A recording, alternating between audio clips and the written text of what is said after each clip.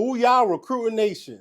NCC Totimeh here. Welcome back to episode 11 of Uncharted Waters with the one, the only, the people's champ, Admiral James Waters. Today we have two phenomenal guests with us.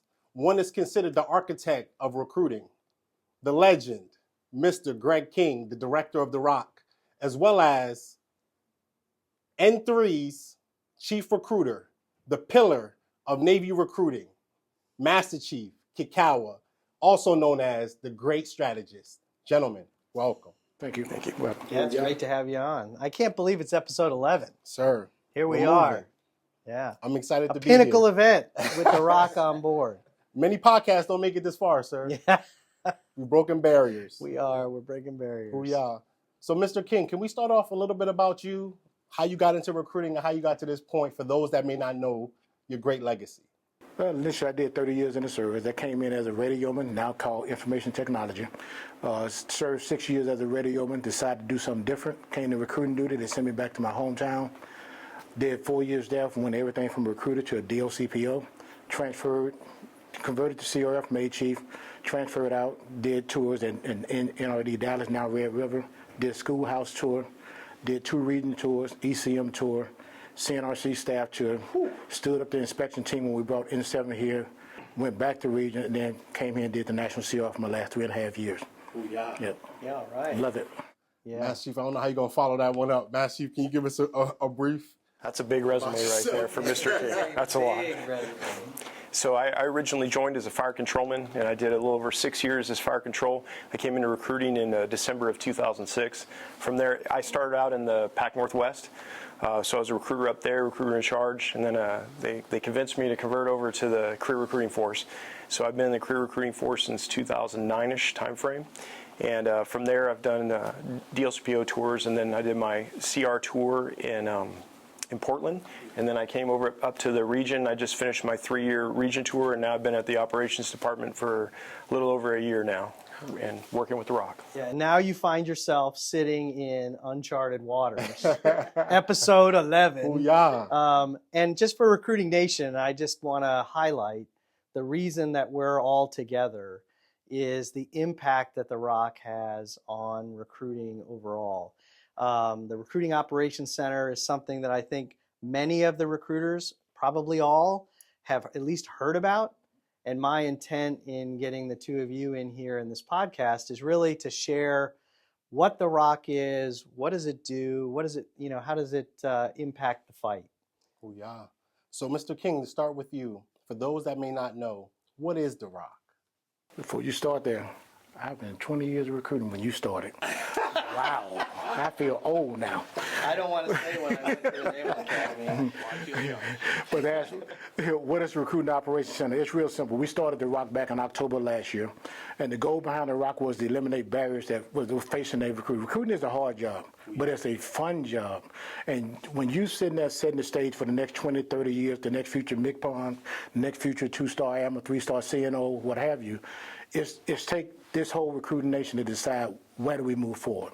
So what the ROC did is the ROC was initially created to eliminate barriers, identify to make sure that when the recruiter is working an applicant, he or she can work that applicant all the way to fruition, and we try to get it in the same month where they can see the results of their work and feel comfortable about what they're doing.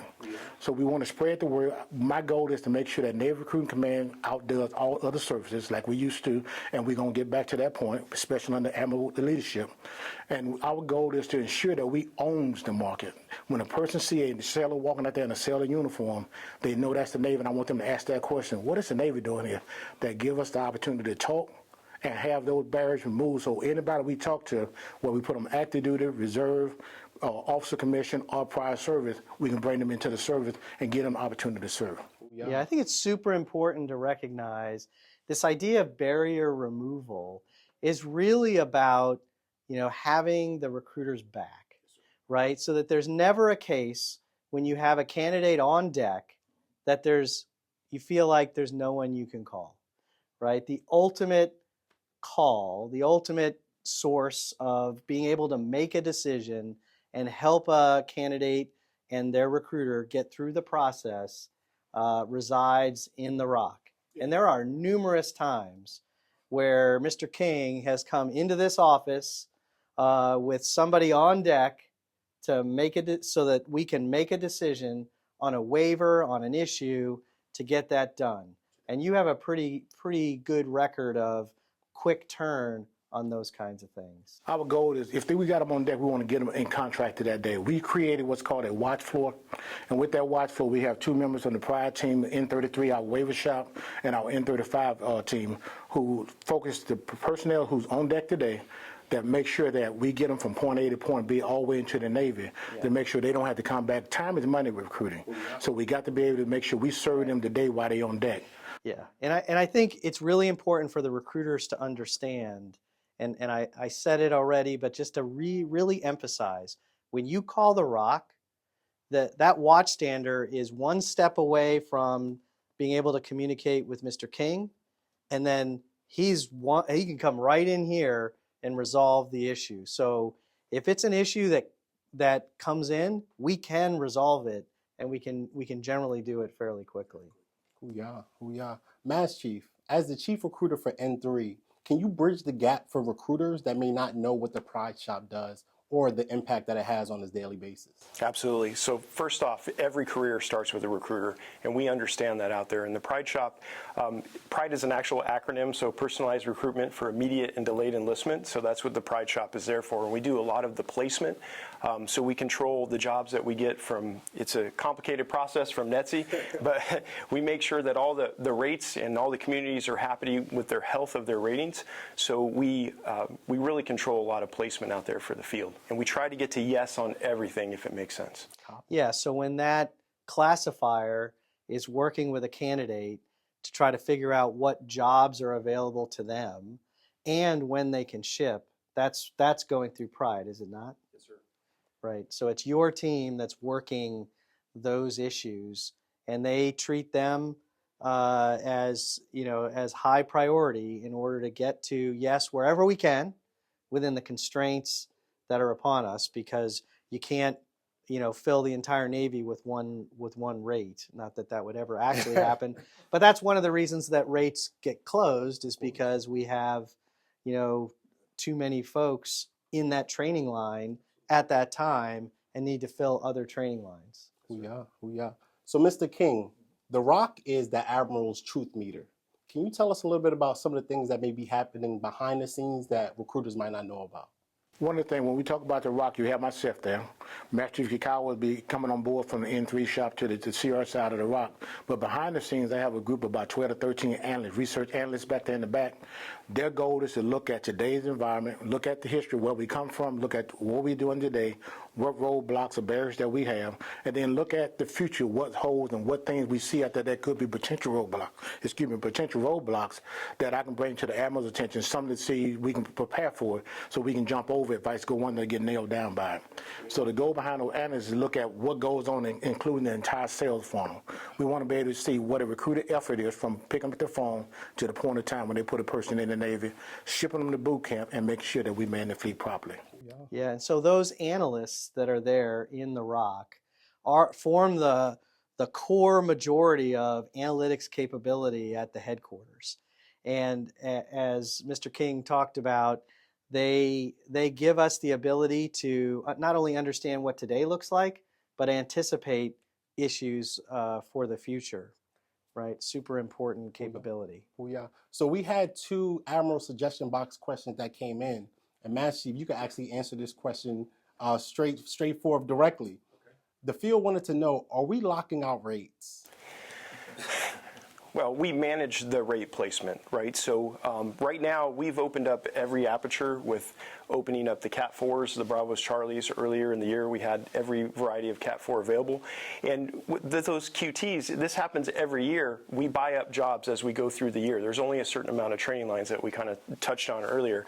So as those, in a regular year, those training lines would be very limited. At this time of the year in the summer, there's not as many rates open, right? They're the hard to fill ones, the AECFs, the Intel rates and stuff like that. So, that's what typically happens every year. So with a lot of the Cat 4s, a lot of these rates, if you have an individual that wants BM or CS, it's probably at this time of year going to be very difficult to get somebody in one of those types of jobs. Yeah, so it's both there's a couple of factors here. There's many factors, but a couple of big ones, which is we say these words training line. That means there's only so many seats in the school for CSs or bosun's mates or ITs, right? Or you name the rate, there's only so many seats. And if you bring too many people in for that rate too quickly, you end up creating a backlog, and then sailors are just sitting waiting to start their school. There's that factor, as well as the factor of, you are building rating health across a multi-year career, really out to 30 years. But the part we're focused on is the left side of that in the first several years, the apprentice years. And if you bring too many in one rate, then that means that other rates won't have the sailors to fill up their apprentice level, because we're limited overall by how many total sailors we can bring into the Navy on any given year. Copy. Master Chief, since the implementation of the ROC, how have DPRs changed from then to now? That's a great question. So the DPRs, we started, the ROC was able to view them around October 1st timeframe, and we saw a lot of data collection, right? And the DPR is more of a train, coach, and mentor. That's the opportunity for the leadership to look and reinforce positive things that are happening throughout the day, and then also identify shortfalls that they can provide training or resources to overcome those. Can you first just give us just speak out the acronym, and then, even though I know we're talking to recruiters who understand what a DPR is, there are others that watch this. Just give a brief description, once you say it out, what a DPR is. Yes, sir. So a DPR is a daily production review. So it encompasses basically everything that you touch, the recruiter you touch throughout the day, and to include the Salesforce system, which we talk about a lot. That's our main tool for recruiting, right? And we touched on the accuracy of data put into the system. So if you're a recruiter out there, the better data that you put into the system, the better analytics that we'll be able to get through the ROC and observe. It's basically like your stat card if you were a sports or an athlete, and baseball players have their averages and stuff like that. That's kind of what the DPR and the collection and through Salesforce does for you. It gives you what your numbers are, so you can actually understand what is required in order for me to be successful. Yeah, and how far down into the NTAG does a typical DPR go? Like, how is it down to the DLCPO, the rank, the 803R recruiter? Who's speaking at the closest to the deck plate? That's a great question, sir. So as far as the DPR happens at every level, so the recruiter to the rank to the DLCPO, and then the DLCPO up through the chain of command, and even up and through the regions here, sir. Mm-hmm. And so everybody has a different type of DPR, which of course expands with the amount of information. Yeah. So, Master Chief, this is going to be my last Admiral Suggestion Box question, I promise. Okay, the last one is, why isn't there more flexibility when it comes to applicants while they're in the seat next to the classifier for ship dates? So the ship dates are controlled because RTC limits us to the amount that we can send each week to go up to training. And so we can't just have a mass abundance, and those seats relate to the training lines, the opportunities that each A schools have. So we can't just flood one rate or 1 week. We have to evenly spread across, the whole year, to make sure that our capacity isn't over, we're not stressing RTC too much, and we're not overflooding rates. And let me just say, I love this question because it indicates that we are killing it out there. Because when we're missing mission, when that's happening, or in the earlier part of the year when we were behind, you didn't have to worry about what seat you got at boot camp, because we could just fill it. This is a great symptom, a great problem to have. We are up against the hard stop on what RTC can take. And so you're starting to see us build out further and further away from today when you can ship, which is getting us more and more toward normal, where there is a delayed entry program. Recruiters out there will continue to grow in our management of that delayed entry program, which has lots of benefits in addition to the obvious negative of having to wait. The real benefit is they get more awareness of the Navy. and how the Navy works before they get to boot camp, as well as referring their friends and family to help us in recruiting. But this is such a great problem to have. It just gives me goosebumps. Absolutely, absolutely. So, Mr. King, can you talk a little bit about the direction of the ROC in regards to Gen Off as well as medical programs? Part of the ROC, we started on the enlisted side. So now we have migrated the DPR, the daily production review, into the officer side of the house where we're doing weekly DPRs with the officer. Officer process is a little bit different than enlisted. Enlisted is instant day-to-day push. Officers, there's a process, a timeline you work with to get to selection boards.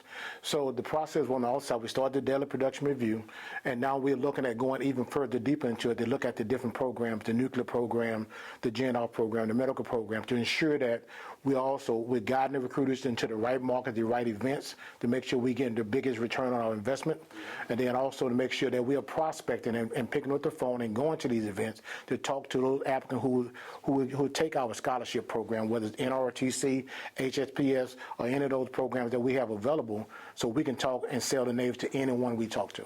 Yeah, I would say the thing to keep in mind for the recruiters out there is that officer recruiting has lived in the shadow of enlisted recruiting because the numbers are just disproportionate, right?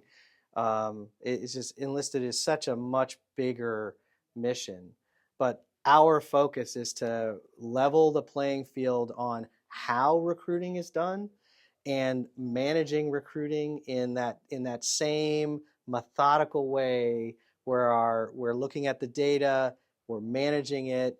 For recruiters, you're out there prospecting, building trust-based relationships, and closing. Whether it's enlisted, officer, whether it's nuke, warrior challenge, it doesn't matter that we're aggressively going after the market. And the ROC is tracking it all, right? Doing the three primary functions of the ROC, which is the single source of truth for recruiting, deep analytics, and troubleshooting, right? This is the thing we talked about earlier about really getting after problems as they come up and solving them. Hoo-yah. So, Mr. King, in the next 12 months, where do you see the ROC? Looking at the entire force, include the prior service mission at this command. We want to make sure that the whole evolution of Naval Recruiting Command is reviewed, as just as he said, to be his source of truth about the organization.